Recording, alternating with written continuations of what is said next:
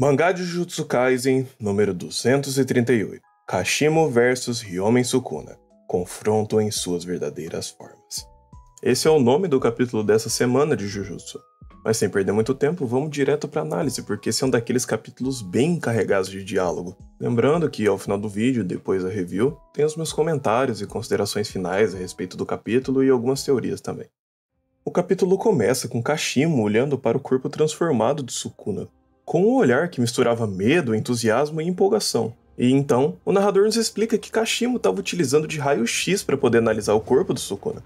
E também explica que a conclusão que ele chegou após isso é de que o corpo do Sukuna era simplesmente plenitude impecável. Na página seguinte, a explicação continua, dizendo que mesmo quando o Sukuna está com as mãos conectadas fazendo selos de mão, há outras duas mãos vazias. E enquanto recita sua conjuração verbal, pode fazê-lo sem parar, não sobrecarregando seu sistema cardiopulmonar. Pois ter o dobro de braços e bocas comparados a uma pessoa comum, do ponto de vista de um feiticeiro, isso é uma vantagem definitiva. Além disso, apesar de Sukuna ter um corpo tão anormal, ao mesmo tempo, nada disso comprometeu nenhuma de suas funções corporais.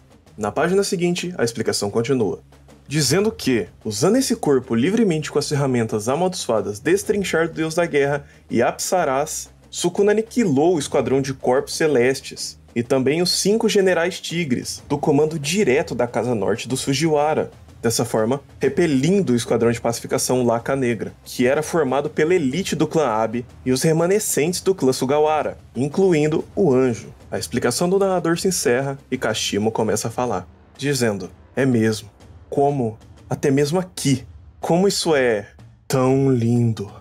Ainda enquanto pensava nisso, Kashimo dispara em direção ao Rei das Maldições. Porém, Sukuna para o seu ataque, mostrando a real superioridade em possuir os 4 braços. Em seguida, desfere um contra-ataque que manda Kashimo para longe, mas que assim que toca ao chão, avança novamente contra o rei, disparando um feixe de energia em sua direção.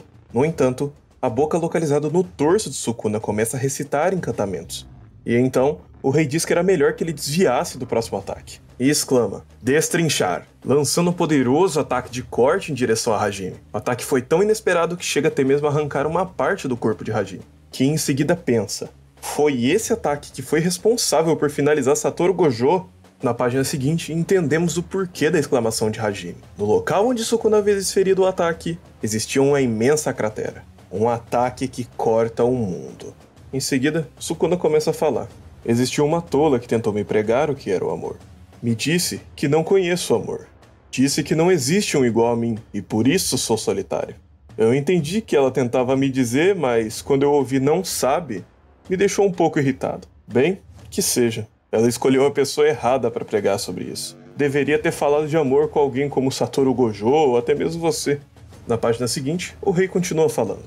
Vocês não apenas não sabem, mas também não entendem, não? E Kashimo responde, o que quer dizer com isso? E Sukuna responde, você era forte, certo? Dito isso, o rei lança mais uma vez um ataque elétrico contra Hajime, e dessa vez é ele que avança contra o oponente. Usando seu próprio ataque como cortina de fumaça, o rei aparece atrás de Kashimo, que é pego desprevenido e agarrado. Em seguida recebe um ataque direto no torso e é jogado violentamente contra o chão, e em seguida é arremessado para longe. Ainda no ar, Hajime se prepara para lançar outro ataque contra o Rei das Maldições. No entanto, ao olhar na direção de Sukuna, uma imensa grade de cortes vinha em sua direção. Na página seguinte, podemos ter um vislumbre de Hajime em sua aparência de 400 anos atrás, o que acaba soando como se fosse uma espécie de flashback, e fã antigo de Jujutsu sabe que isso não é coisa boa. E então, Hajime começa a falar.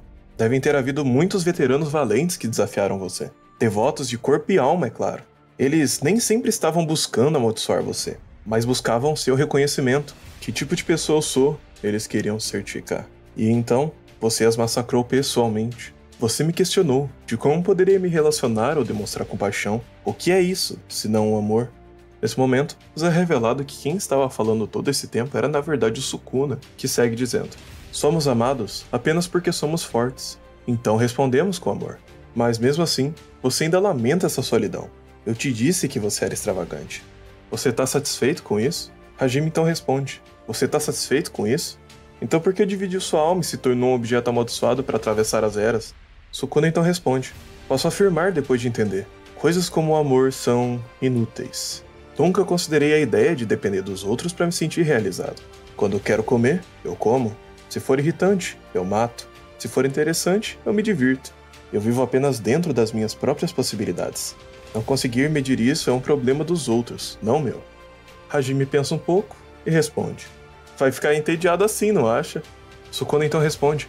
Inesperadamente, o sabor humano é diversificado e passageiro, ao suficiente para petiscar e matar o tempo até o dia de morrer. Na página seguinte, o capítulo volta para os tempos atuais, se assim podemos chamar, onde vemos a barreira da expansão de domínio do Hakaris quebrando. Sukuna olha para cima e exclama que finalmente eles haviam aparecido. De dentro da barreira surgiam Hakari e Uraumi. E na página seguinte, podemos ver que mais duas pessoas se juntaram à luta, sendo eles Higuruma e o Itadori. E o capítulo se encerra com o Rei das Maldições, Hyomin Sukuna, dizendo: "Aí moleque, o que você pensa que pode fazer?" Além disso, a triste notícia é que semana que vem não teremos novo capítulo de Jujutsu. Manos, que capítulo! Teve muita coisa acontecendo e muita coisa para ser comentada.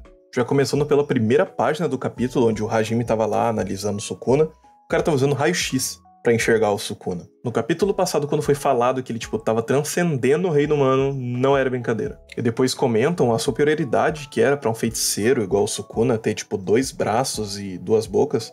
Se provou muito verdade durante o capítulo. O Hajime atacou o Sukuna usando o joelho e os braços, e o Sukuna parou todos, sem usar as pernas, né, porque ele tem 4 braços. E ainda sobrou disposição pra dar um contra-ataque nele e mandar o Kashimo longe.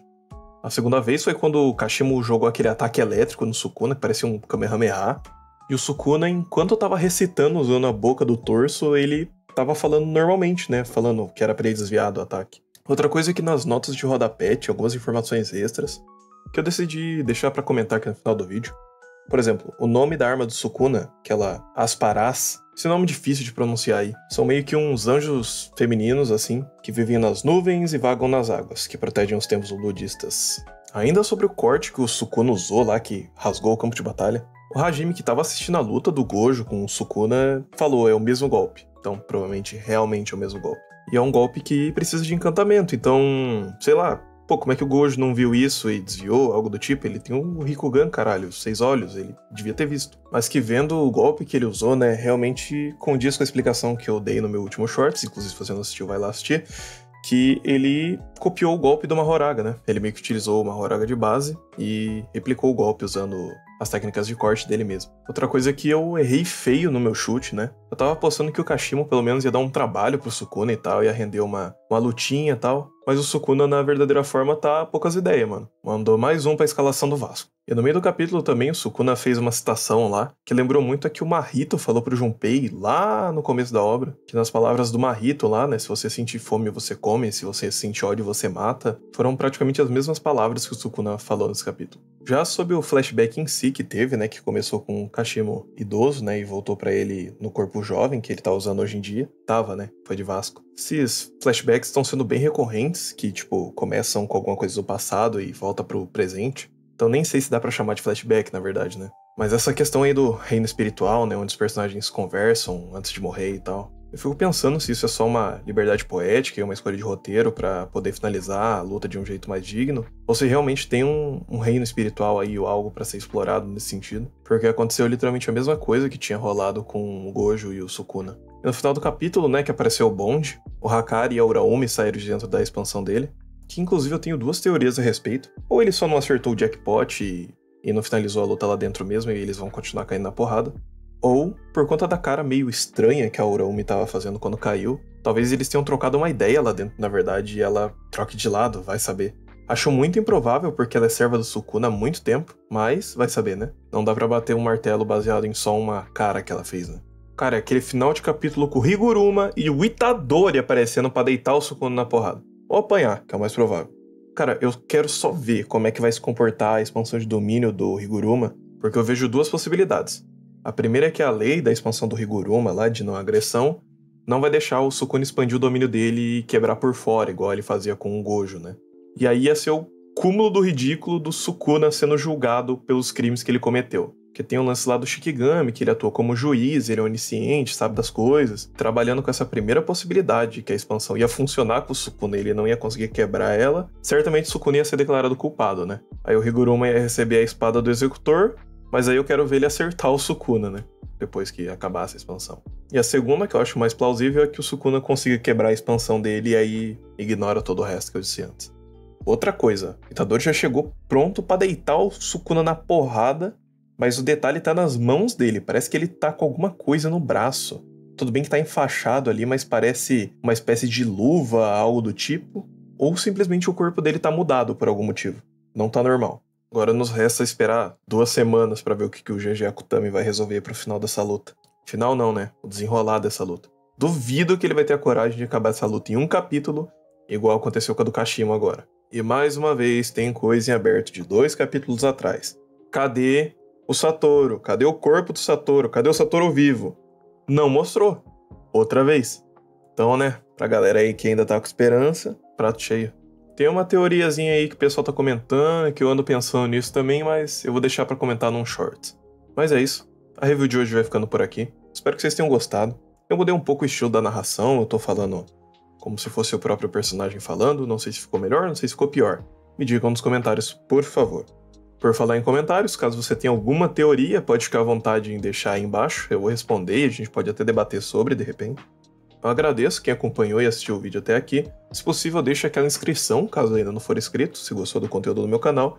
Semana que vem não vai ter review, porque não vai sair um novo capítulo, mas eu vou postar alguma coisa, então, caso tenha interesse em conferir, deixe sua inscrição, ativa o sininho também, porque o YouTube é complicado com notificação. E o seu like também. Ajuda bastante na divulgação e no engajamento para que outras pessoas tenham a oportunidade de conhecer o meu trabalho. Um forte abraço a todos, espero que estejam todos bem. Falou!